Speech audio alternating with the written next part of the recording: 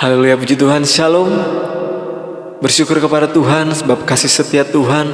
Dan di tengah-tengah keberadaan dunia yang seperti ini, kita percaya bahwa Tuhan kita terlebih besar. Atas setiap masalah, atas segala pergumulan yang ada, kita membawa kepada Tuhan. Tuhan pasti campur tangan. Mari kita angkat pujian, kunaikan syukurku. Haleluya.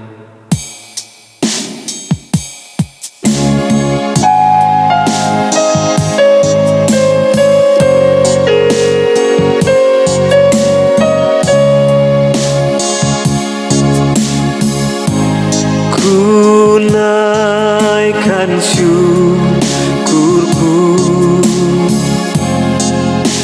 buat hari yang kau beri, tak habis-habisnya kasih dan rahmat-Mu. Selalu baru dan tak pernah terlambat pertolongan-Mu. Besar setiamu di sepanjang hidupku, besar penyertaan-Mu. Oh Yesus, tak usah ku takut sebab Kau sertaku. Tak usah ku bimbang, Kau di dalamku. Tak usah ku cemas, Kau penghiburku.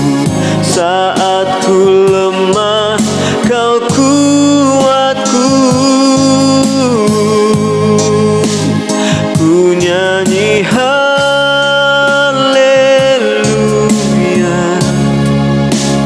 ku nyanyi haleluya. Sungguh Kau hebat, ajaib perkasa. Segala pujian syukur kami panjatkan kepada-Mu Bapa di surga. Kami rindu memuliakan nama Tuhan, dan kami rindu mendengarkan kebenaran firman Tuhan. Mari Engkau pimpin ibadah ini Tuhan, hingga boleh berakhir dengan baik. Nama Tuhan yang dipuji, nama Tuhan yang dipermuliakan. Dalam nama Tuhan Yesus Kristus kami berdoa, haleluya. Salam sejahtera bagi kita semua. Shalom teman-teman. Kami dari tim pelayanan Generation Crisis Community GPC. Mungkin sementara ini karena keadaan itu di mata teman-teman tahu bersama bahwa ini terjadi virus corona, tapi tidak mengapa, meskipun kita melalui video, saya percaya video ini sangat memberkati saudara. Dan pada saat ini, saudaraku yang dikasihi Tuhan, saya akan membahas tentang salah satu tokoh Alkitab yang luar biasa. Perlu kita tahu bersama, dia adalah seorang pemungut cukai, badannya pendek. Dan ketika dia mendengar bahwa Yesus lewat di kota itu, dia ingin melihat siapakah Yesus itu. Karena badannya pendek, banyak orang-orang pada waktu itu, dan dia ingin memanjat pohon ara. Dia memanjat pohon ara, dan dia melihat Yesus. Siapakah dia? Sakeus. Langsung saja kita buka di dalam kitab Lukas pasal ke-19. Mungkin teman-teman yang ada bawa Alkitab atau Alkitab, langsung saja kita buka dalam kitab Lukas pasal ke-19. Di ayat yang pertama, dengan perikop ini, Sakeus. Oke, mari sama-sama orang baca, teman-teman. Yesus masuk ke kota Yeriko dan berjalan terus melintasi kota itu. Ayat 2. Di situ ada seorang bernama Sakeus, kepala pemungut cukai, dan ia seorang yang kaya. Nah, teman-teman, di ayat pertama dan ayat kedua, di sini di ayat kedua teman-teman, Sakeus adalah seorang yang kaya. Dia seorang pemungut cukai. Namun, memang pemungut cukai itu, memang pekerjaan itu Ya, tidak salah, tetapi yang dilakukan oleh Sakeus pada waktu itu dia berlebihan, saudara. Kenapa? Apa yang saya katakan dia berlebihan? Ya, misalkan yang harus dia tagih pajak, contoh, misalkan yang harus dia tagih 500, tetapi apa? Dia tagih 1 juta. Artinya lebih 500.000 sama dia. Itu yang saya katakan yang dilakukan oleh Sakeus itu berlebihan, sangat berlebihan, saudara. Sampai Alkitab berkata, Sakeus adalah orang yang berdosa. Di sini sampai di ayat kedua mengatakan kepala pemungut cukai. Nah, ini seorang kepala pemungut cukai. Memang seorang pemungut cukai itu tidak berdosa, tetapi yang berdosanya dia melakukan hal yang curang, teman-teman. Di sini Sakeus dia adalah orang yang kaya, Alkitab catat. Karena apa? Karena ia berani mengambil lebih, bermain curang pada waktu itu. Sampai dikatakan Sakeus adalah orang berdosa. Di ayat ketiga, ia berusaha untuk melihat orang apakah Yesus itu, tetapi ia tidak berhasil karena orang banyak sebab badannya pendek. Nah, teman-teman, di sini Alkitab berkata Sakeus badannya pendek. Dia berusaha untuk melihat seperti apakah Yesus itu. Namun dia tidak dapat melihat sebab badannya pendek. Dan sebelum lebih jauh lagi kebenaran firman Tuhan pada saat ini saya berikan tema karya keselamatan. Nah, teman-teman yang saya kasih dalam Tuhan kita Yesus Kristus, seperti apa tentang karya keselamatan? Perlu kita ketahui bersama bahwa ketika Yesus datang ke dunia ini, dia membawa visi yang besar. Yaitu apa? Memenangkan orang-orang yang terhilang. Dia melakukan tugas Bapa yang mulia dalam kehidupan dia. Dia yang adalahnya Tuhan, dia adalah Raja. Dia turun, dia meninggalkan kealahannya, dia turun ke dunia ini. Demi apa? Saudara dan saya. Jadi apa? Kita sangat bersyukur. Kita memiliki Tuhan yang sangat baik, saudara. Dia adalah Tuhan, dia adalah Raja. Dia tinggalkan tahtanya untuk turun ke dalam dunia ini, membawa visi yang hebat, visi yang besar, membawa karya keselamatan. Tetapi saudaraku yang dikasihi Tuhan, di cerita Sakeus ini cerita yang sangat menarik, saudara. Gimana Tuhan yang kita sembah, dia melihat bahwa Sakeus adalah orang berdosa. Amin. Sakeus adalah orang berdosa. Tetapi Allah tidak memandang orangnya. Amin. Allah tidak memandang, wah, pekerjaan seperti apa yang Sakeus lakukan pada waktu itu. Kenapa Sakeus berdosa? Allah tidak memandang itu, tetapi Allah memandang bahwa Sakeus orang yang berharga di mata Tuhan. Katakan amin. Bukan cuma Sakeus, saudara. Saya dan saudara juga orang-orang yang berharga di mata Tuhan. Katakan amin. Ini sangat luar biasa tentang karya keselamatan yang Allah kerjakan dalam kehidupan kita melalui apa yang dilakukan oleh Yesus Kristus pada waktu itu. Di ayat keempat di sini, saudara. Maka berlarilah ia mendahului orang banyak, lalu memanjat pohon ara untuk melihat Yesus yang akan lewat di situ. Nah, kita tahu bersama adalah karena Sakeus orangnya pendek. Karena pada waktu itu orang banyak pada waktu itu, dia tidak bisa melihat Yesus karena badannya pendek. Namun apa? Dia mencoba naik pohon ara. Wah, karena badannya pendek, dia naik pohon ara. Tapi ingat, keselamatan itu tidak bergantung kepada naik pohon ara. Kalau keselamatan itu hanya bergantung kepada ingin menaik pohon ara, mungkin sebab rebet orang naik pohon, supaya orang lebih dulu siapa yang selamat. Haleluya. Dan di sini di ayat kelima, di sini berkata, ketika Yesus sampai ke tempat itu, ia melihat ke atas dan berkata, di sini perhatikan saudara di ayat kelima, Sakeus, segeralah turun, sebab hari ini aku harus menumpang di rumahmu. Nah, luar biasa Tuhan kita sembah, saudara. Dia tahu, bukan Yesus tidak tahu. Yesus tahu Sakeus itu orang berdosa. Tapi hebatnya Tuhan kita, dia tidak memilih-milih orang. wah Sakeus kan orang berdosa, kenapa kita mesti pipa dia? Enggak, bukan seperti itu.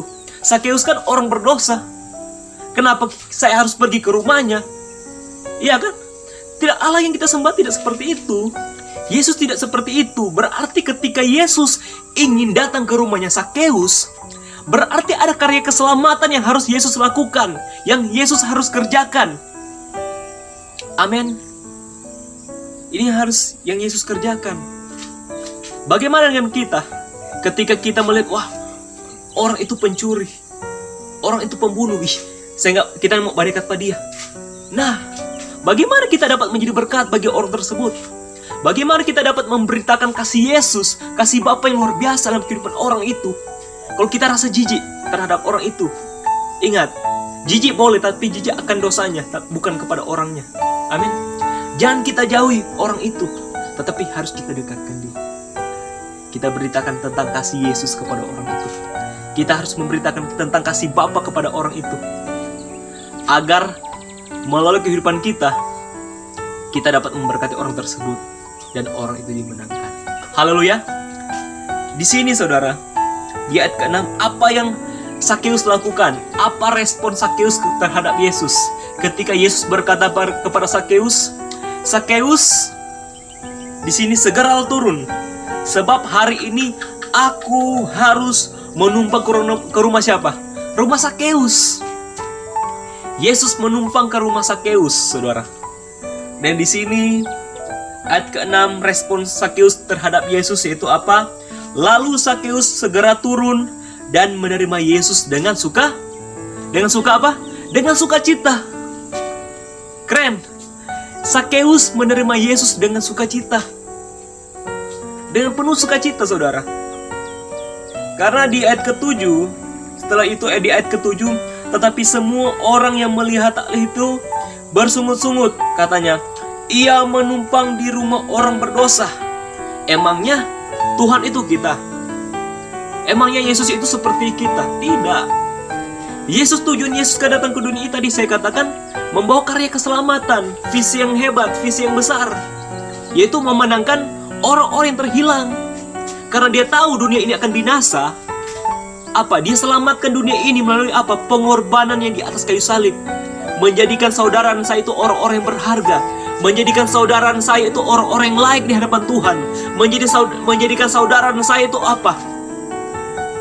Orang-orang yang berkenan di hadapan Allah. Saudaraku yang dikasih Tuhan, ini harus kita pegang. Yesus menyebarkan tentang kasih Bapa. Saudara apa? Ingat, kita adalah generasi Yesus. Haleluya. Kita adalah generasi Yesus. Jika Yesus datang ke dunia ini menyebarkan kasih Bapa kepada orang-orang tersebut, demikian juga kita adalah orang-orang percaya, kita adalah orang-orang yang sudah ditebus. Kitalah yang adalah generasi Yesus dapat menyebarkan kasih Yesus kepada banyak orang. Kita dapat memberitakan kesaksian tentang Yesus Kristus. Dan banyak orang percaya kepada Yesus dan mereka akan diselamatkan. Dalam Roma 10 ayat 13 mengatakan, sebab barang siapa yang berseru kepada nama Tuhan, dia akan diselamatkan. Bagaimana mereka dapat berseru? Bagaimana mereka dapat percaya kepada dia? Dan bagaimana mereka dapat mengenal dia sebagai Tuhan Juru Selamat? Sebab tidak ada yang dapat memberitakannya kepada mereka. Yesus sendiri yang bertemu langsung dengan Sakeus. Dia dapat mengungkapkan kasih, dapat mengungkapkan cinta. Bahwa Yesus tidak memandang seberapa hinanya Sakeus itu, tetapi Yesus memandang bahwa Sakeus ini harus diselamatkan. Haleluya. Di ayat yang ke-8, tetapi Sakeus berdiri dan berkata kepada Tuhan. Nah, ini luar biasa. Terjadi perubahan. Haleluya, terjadi perubahan dalam hidup Sakeus. Ketika Sakeus berjumpa dengan Yesus, terjadi suatu perubahan. Di sini saudara lihat. Tetapi Sakeus berdiri dan berkata kepada Tuhan, Tuhan, setengah dari milikku akan kuberikan kepada orang miskin. Dan sekiranya ada sesuatu yang kuperas dari seorang, akan kukembalikan 4 kali lipat. Wah, luar biasa yang dilakukan oleh Sakeus. Inilah yang harus kita belajar, saudara. Seorang tokoh Alkitab yang kita kenal, dia adalah seorang pemungut cukai, kepala pemungut cukai, dan dia adalah orang berdosa. Tetapi apa? Ketika dia berjumpa dengan Yesus secara pribadi, dia mengalami suatu perubahan dalam kehidupan dia. Ini saudara, sampai ayat ke-9 ini Yesus berkata, kata Yesus kepadanya, hari ini telah terjadi keselamatan kepada rumah ini. Karena apa? Karena orang ini pun anak Abraham, keturunan dari Abraham. Yesus mencari mereka yang terhilang, yang tersesat, untuk apa? Kembali pulang kepada Bapa. Amin, saudara. Saatnya kita kembali kepada Bapa. Kita ingin menikmati kasih Bapa yang begitu besar dalam kehidupan kita. Kita harus menikmati kasih Bapa yang indah dan mulia dalam kehidupan kita. Saatnya kita datang kembali kepada Bapa. Ingat saudara, Bapa sedang mencari kita. Bapa sedang mencari engkau yang terhilang. Saatnya orang datang kepada Tuhan, saudara. Yang sampai orang mati, orang tidak ada kesempatan orang bertobat, orang mau berubah sampai hidup ini. Yang sampai orang menyesal nanti, orang masuk neraka. Ingat teman-teman, di sini karya keselamatan yang Yesus lakukan dalam kehidupan kita. Dia Tuhan, dia Raja, tetapi apa? Dia rela jadi manusia. Dia rela jadi hamba. Dipermalukan, dihina, bahkan ditolak. Oleh apa? Masanya sendiri. Terjadi penolakan. Kasih besar yang Yesus lakukan untuk kita. Karya keselamatan yang Yesus lakukan bukan hanya kepada Sakeus pada waktu 2000 tahun yang lalu, tetapi sampai sekarang ini, bahwa kasih Tuhan tidak pernah berubah. Kasih Tuhan tidak pernah berkesudahan dalam kehidupan saudara dan saya. Ingat Bapak Ibu Saudara yang nonton video ini, Tuhan Yesus sangat baik dalam kehidupan kita. Amin. Tuhan Yesus tidak pernah meninggalkan kita. Tak sedetik pun dia membiarkan kita tanpa lelah. Dia selalu ada bersama-sama dengan kita saat ini. Dia selalu menjaga kita. Jangan kita merasa bahwa hidup kita ini tidak layak lagi, saudara. Jangan orang merasa bahwa orang ini berdosa, orang so jauh dari Tuhan. Tidak. Anda dicari Tuhan. Tuhan sedang mencari Anda untuk masuk dalam kerjaan sorga. Katakan amin. Karena hidup saudara, hidup Bapak Ibu Saudara sangat berharga di mata Tuhan. Hidup kita semua ini berharga di mata Tuhan. Jadi tidak ada yang merasa orang ini tidak layak. Orang semua ini layak. Orang ini masuk. Orang ini karena Yesus sudah tebus orang dari kayu salib. Yesus mati di atas kayu salib. Yesus tebus orang pedarah. Sehingga orang apa? Berharga di mata Tuhan. Orang berkenan di mata Tuhan. Yang dahulunya orang itu hidup bermusuhan dengan Allah, tetapi karena ada karya penebusan Yesus Kristus di atas kayu salib, ada satu hal yang luar biasa terjadi. Kehidupan kita berdamai dengan Allah Bapa di sorga. Yesus telah merupakan salah satu pintu bagaimana orang-orang berdosa itu bisa kembali kepada Bapa. Dan Yesus berkata, akulah jalan kebenaran dan hidup. Tak ada seorang pun yang bisa datang kepada Bapa jika tidak melalui apa? Aku, Yesus Kristus. Amin, saudara. Ini harus kita pegang. Makna yang luar biasa. Ingat, saudara. Sehina apapun kita, sekotor apapun kita, ingat, kita berharga di mata Tuhan. Amin. Kita berharga di mata Tuhan. Pengorbanan Yesus Kristus yang indah dan mulia di atas kayu salib menjadikan kita orang-orang berharga. Kalau Yesus berkata, Bapa, ampunilah mereka. Ini di atas kayu salib ya. Ketika Yesus berkata, Bapa, ampunilah mereka, sebab mereka tidak tahu apa yang mereka lakukan. Berarti ketika Yesus berkata seperti itu di atas kayu salib, berarti ada kesempatan bagi kita untuk menyenangkan hati Dia. Untuk itu tetap semangat saudara, bahwa Tuhan Yesus sangat mengasihi kita semua. Amin. Oke, untuk itu mari saudaraku yang berkati Tuhan, kita yang sudah diberkati lewat kebenaran firman Tuhan ini, bagaimana Allah dapat membuktikan kasih-Nya kepada kita semua. Yang kita baca tadi tentang Sakeus, Allah membuktikan bahwa Allah memberi kasih Bapa dalam kehidupan dia. Dan pada saat ini, saya mengajak saudara untuk lebih lagi, kita lebih setia kepada Tuhan. Selagi kita masih hidup, selagi kita masih bisa bernafas, mari kita memuliakan Tuhan, saudara. Amin. Untuk itu mari teman-teman, kita sama-sama kita berdoa. Kita tutup mata kita. Terima kasih Bapa yang baik. Segala pujian, hormat, syukur kami persembahkan hanya kepadamu Tuhan. Bapa yang baik, Bapa yang bertahta dalam kerajaan sorga. Kami sudah belajar tentang kebenaran firman-Mu, tentang cerita tentang Sakeus. Kami percaya Tuhan bahwa Engkau mendidik kami Tuhan, bahwa Engkau mengajarkan kami Tuhan untuk lebih dekat kepada Engkau Tuhan. Engkau membimbing kami Tuhan agar kami mendapat menjadi pribadi yang lebih dekat kepada Engkau Tuhan. Terpujilah nama-Mu Tuhan. Terima kasih Bapa yang baik, memberkati kami semua Tuhan. Mungkin kami dimanapun kami berada Tuhan, Tuhan tolong mungkin dalam pekerjaan, dalam usaha, bahkan pelayanan mereka Tuhan, Tuhan campur tangan selalu Tuhan. Memberkati semua yang nonton video ini, Tuhan memberkati video ini, bahkan pun semua yang mendengar ini Tuhan pasti diberkati, bahkan pun banyak orang-orang yang akan datang kepada Engkau. Dan kami percaya Tuhan bahwa Engkau Allah turut bekerja dalam segala sesuatu untuk mendatangkan kebaikan bagi setiap orang yang mengasihi Engkau.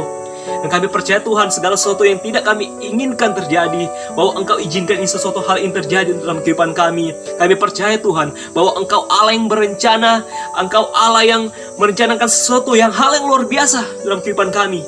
Kami percaya Tuhan, kami terima dengan iman kami bahwa Engkau Allah yang sanggup melakukan segala perkara yang besar dalam kehidupan kami. Terpujilah nama-Mu Tuhan. Terima kasih Bapa yang baik.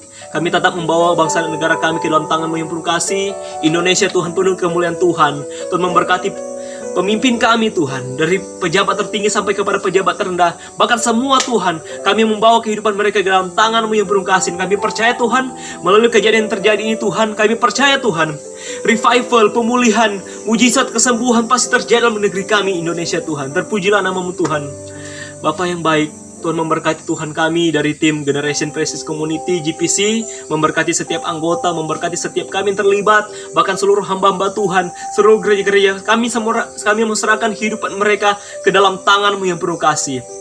Untuk itu mari saudaraku yang diberkati Tuhan, kita angkat tangan kita terima berkat yang sempurna dari Allah Bapa, cinta dan kasih sayang melalui putranya Yesus Kristus, melalui persekutuan penyertaan oleh Roh Kudus, menyertai kita dari hari ini, besok, dan sampai seterusnya. Terimalah berkat itu dalam nama Tuhan Yesus Kristus. Bersama-sama kita katakan amin. Haleluya.